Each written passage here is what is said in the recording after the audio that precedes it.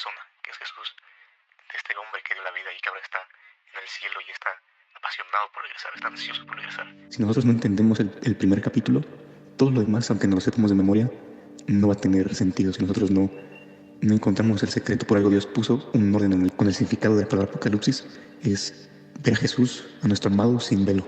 Así como una novia que sube a un altar para su boda y la novia sube con un velo, se tiene que quitar este velo para que vea al novio, vea la belleza del novio. Y vemos la majestuosidad de Jesús, vemos a Jesús como nunca lo habíamos imaginado. Vemos a un Jesús celestial, a un Jesús imponente, pero al mismo tiempo humilde y manso y lleno de amor, apasionado, hasta el grado que su pasión es tan grande que sus ojos manifiestan esa pasión. Sus ojos son como llamas de fuego. Vemos características físicas de Jesús, vemos una belleza como nunca nos lo habíamos imaginado ni habíamos, si no me recuerdo, leído en la palabra. Vemos lo que significa que sus cabellos sean blancos, que sus vestiduras sean largas, que tenga un cinto como oro, que sus ojos, que ya lo platicamos, son como llamas de fuego, que sus pies son como bronce, que de su boca sale una espada afilada, que su voz es como muchas olas, que en su mano sujeta a los líderes de la iglesia, que son las estrellas, y no las sostiene apretándolas, sino que las sostiene en su palma, las sostiene con un amor, con una paciencia. Vemos la eternidad, la sabiduría de Jesús, vemos su autoridad, vemos su sacerdocio, vemos su amor, su pasión, vemos su poder en su palabra, vemos el juicio que Él va a traer, todo lo perfecto que es Jesús, es lo que vemos en este capítulo. Entonces, si nosotros no vemos a Jesús de esta manera sin velo, todo lo demás es en vano. Tenemos que enamorarnos no de este capítulo, sino de la persona que es Jesús, de este hombre que dio la vida y que ahora está en el cielo y está apasionado por él. La revelación de Jesucristo que Dios le dio para manifestar a sus siervos las cosas que deben suceder pronto, y la declaró enviándola por medio de su ángel a su siervo Juan, que ha dado testimonio de la palabra de Dios y del testimonio de Jesucristo y de todas las cosas que ha visto. Bienaventurado el que lee y los que oyen las palabras de esta profecía y guardan las cosas en ella escritas, porque el tiempo está cerca. Hola, ¿cómo estás? El día de hoy vamos a comenzar con Apocalipsis capítulo número 1. ¿Te acuerdas lo que dijo Jesús a sus discípulos en Mateo 24? Leemos esta conversación en el Evangelio de Mateo, donde sus discípulos le preguntan a Jesús sobre cuándo sucedería su segunda venida y el fin de este siglo. Ellos le estaban preguntando a Jesús las señales que habría para que ellos pudieran así distinguir que era el tiempo, que era el fin del tiempo. Y llegamos en este capítulo y podemos leer toda una lista de señales que Jesús le dice a sus discípulos.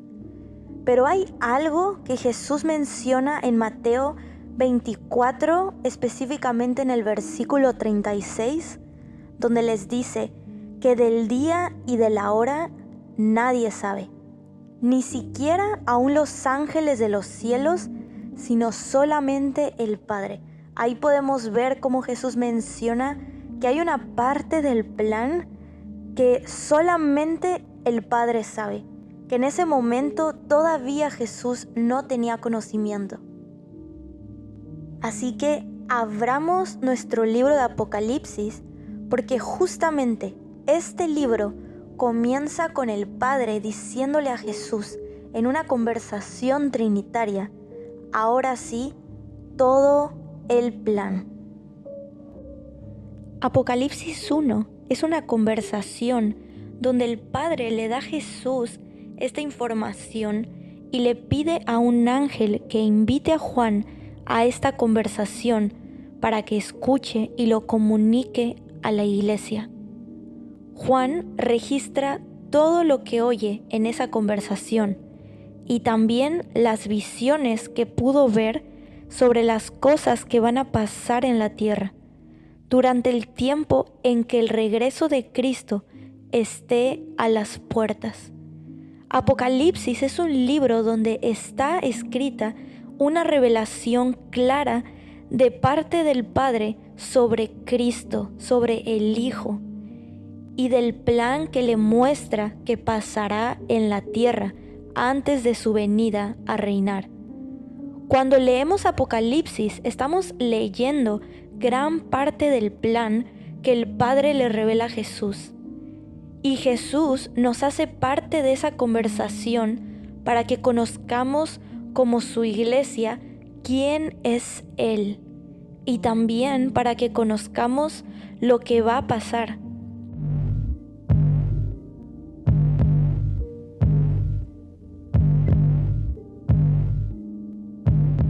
Bienaventurado el que lee y los que oyen las palabras de esta profecía y guardan las cosas en ella escritas, porque el tiempo está cerca.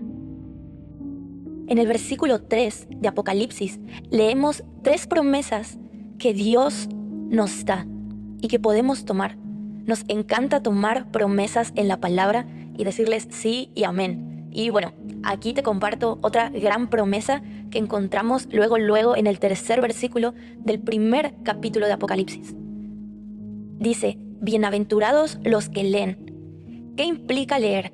¿Qué implica el leer esta profecía de Apocalipsis? Leer implica que estemos constantemente estudiando este libro, esta profecía de Apocalipsis, que meditemos en ella, que profundicemos, que leamos una y otra vez. Hay que recordar que la palabra es viva. El Espíritu Santo nos está revelando, Él está levantando esta profecía y la está llamando la atención de la iglesia a través de este libro que literalmente es el único libro que dice bienaventurados los que leen este libro, los que leen las palabras de esta profecía. Y creo que ha sido el libro que más hemos ignorado o que nos ha dado temor abrir y leer. Y realmente el Señor sabía eso, ¿no? El Señor sabía eso, Él nos conoce y por eso es que al instante cuando abrimos las páginas de este libro dice, léelo, vas a ser bienaventurado si lo lees. Entonces tenemos una bienaventuranza, dice bienaventurados los que leen este libro. También dice bienaventurados los que oyen. Oír implica estar de acuerdo con el contenido de esta profecía. No es solo estar de acuerdo con los primeros 2 capítulos o tal vez con el primer capítulo y después como se empieza a poner un poco turbio el asunto o así pareciera, vamos a dejar de estar de acuerdo con el plan completo de Dios. No se trata de tomar algunos capítulos y los que no me agradan o me den quizás miedo, los voy a dejar a un lado. Se trata de leerlo, profundizarlo y ponerse de acuerdo, decir, Señor, estoy de acuerdo con tu plan.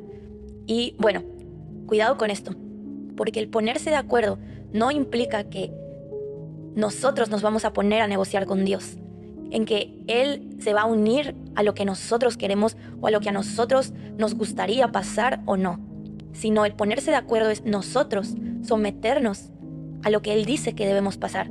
Es yo me someto y me pongo de acuerdo en lo que Dios dice en esta profecía.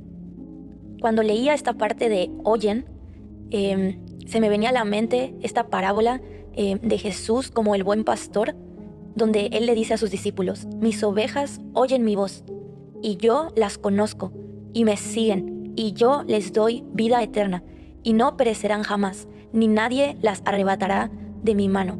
Si somos verdaderamente ovejas de Cristo, vamos a conocerle. ¿Cómo vemos esta revelación de Cristo en Apocalipsis? Dice, mis ovejas oyen mi voz. Tenemos que como ovejas de Cristo oír las palabras de este libro, sobre todo cuando Jesús mismo puso énfasis en que oigamos estas palabras específicamente, que pongamos atención aquí y las oigamos.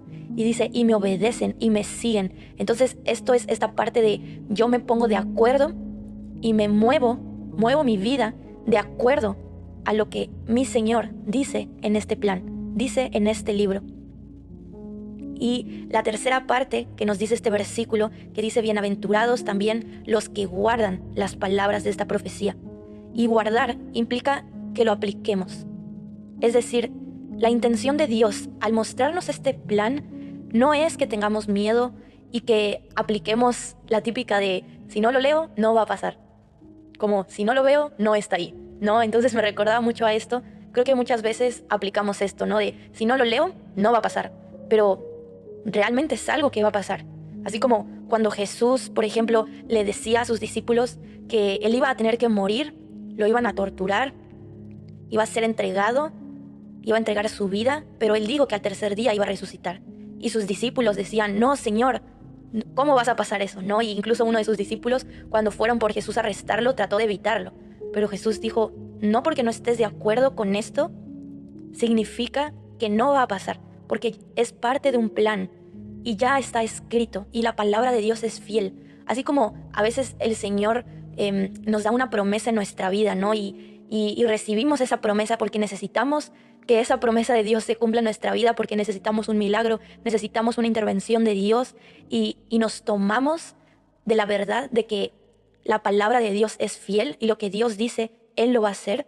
Entonces, con esa misma intensidad, tenemos que leer las páginas de Apocalipsis y decir, lo que está escrito aquí es fiel y verdadero. El Señor cumple lo que ha dicho y esto va a pasar.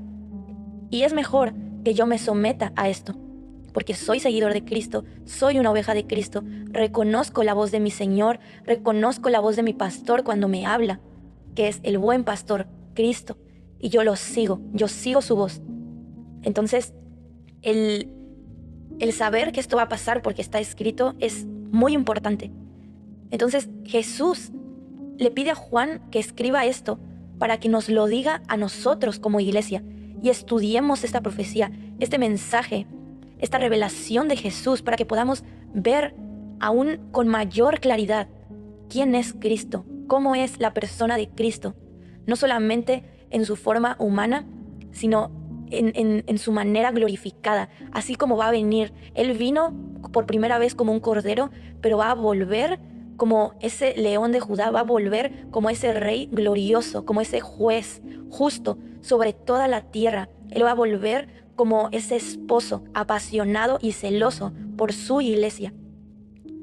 Entonces, es necesario que conozcamos el plan que tú y yo vamos a vivir. Ahora la pregunta es, ¿vamos a vivirlo siendo ovejas de Cristo o estando en contra de Cristo? Porque no habrá un intermediario, no existirá un en medio. O eres una oveja de Cristo pasando por estas dinámicas que a continuación vamos a ver, o eres enemigo del Señor. Pero bueno, vamos a platicar más de esto más adelante. Entonces, Él quiere que nos alineemos a su plan, que alineemos nuestro corazón. No solamente, esto no es para que tengamos miedo y que obedezcamos porque si no algo malo nos va a pasar, sino es ese anhelo del Padre de que en intimidad podamos conocer su corazón, podamos escudriñar su plan y alinear no solamente nuestras acciones, nuestras actividades diarias, que eso va por añadidura, sino que también podamos alinear nuestro corazón, nuestro sentir, que amemos su plan. Si ignoramos este plan para el caminar de nuestra vida, estaremos siendo personas solamente moralmente buenas, que usan un grupo de personas llamado iglesia para lograr cumplir solamente un sueño personal, un sueño propio. Aún si escribes alabanzas para el Señor, si predicas cada domingo, si sanas enfermos en las calles incluso, pero tu vida no está alineada a este plan eterno del Padre, entonces tarde o temprano dejarás de dar fruto, porque hoy puedes ser tibio en el sentido de solo tomar parte del plan de Jesús, pero si no tomas esta importante parte del plan de Dios, no serás visto como Cristo, por Cristo como un seguidor suyo. Tú mismo no podrás sostener un ministerio o una vida cristiana sin la revelación de Cristo y de su plan que el Padre nos da en Apocalipsis. Por eso Apocalipsis se llama Sin Velos, porque es una manera de ver a Cristo que el Padre vio necesario que sea mostrado a la iglesia. Estos versículos son un llamado del Padre a los seguidores de Cristo a alinear no solo una parte de nuestra vida, sino toda nuestra vida, sin importar nuestra edad, a su plan. No podemos ser seguidores de Cristo y solo quedarnos con la mitad del plan. No podemos ser adoradores de Cristo y no conocer esta revelación sin velo que vemos en el capítulo 1 o a lo largo de los otros capítulos. En Apocalipsis vamos a conocer a Jesús como esposo, como rey y como juez.